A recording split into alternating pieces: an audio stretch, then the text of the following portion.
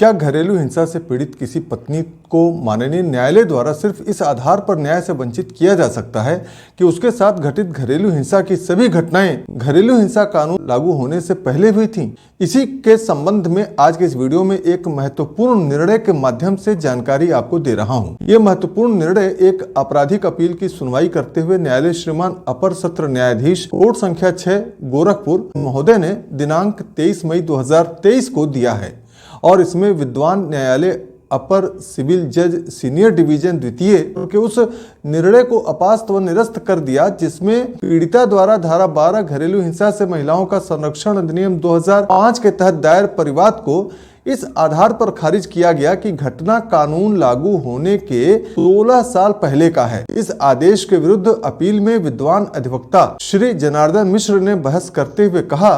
कि विद्वान अवर न्यायालय द्वारा पारित परिवाद को खारिज करने का आदेश पत्रावली पर उपलब्ध साक्ष्यों व विधि के स्थापित सिद्धांतों के विपरीत है और माननीय सुप्रीम कोर्ट द्वारा इस संबंध में अनेकों विधि व्यवस्थाएं दी गई हैं जिन्हें देखे बगैर आदेश पारित किया गया है। विद्वान वरिष्ठ अधिवक्ता श्री जनार्दन मिश्र ने माननीय कोर्ट को बताया कि इस मामले में पीड़ित महिला का निकाह 20 अप्रैल 1980 को हुआ था और पीड़िता के 2 बच्चे हुए। पीड़िता का पति और उसके ससुराल वाले दान दहेज से संतुष्ट नहीं थे जिसके कारण पीड़िता को मायके से अतिरिक्त दहेज लाने के लिए दबाव देने लगे और मना करने पर दिनांक 5 अप्रैल 1989 को मारपीट कर घर से निकाल दिए। इन्हीं तथ्यों के आधार पर पीड़िता द्वारा दाखिल परिवाद को अवर न्यायालय ने दिनांक 19 अक्टूबर 2021 को यह कहते हुए खारिज कर दिया था कि आवेदिका द्वारा परिवाद में कथित घरेलू हिंसा की घटना का समय वर्ष 1980 से 1989 तक का होना बताया गया है जो घरेलू हिंसा कानून लागू होने के 16 साल पहले का है। अतः अधिनियम लागू होने से पूर्व की घटना होने के कारण यह कानून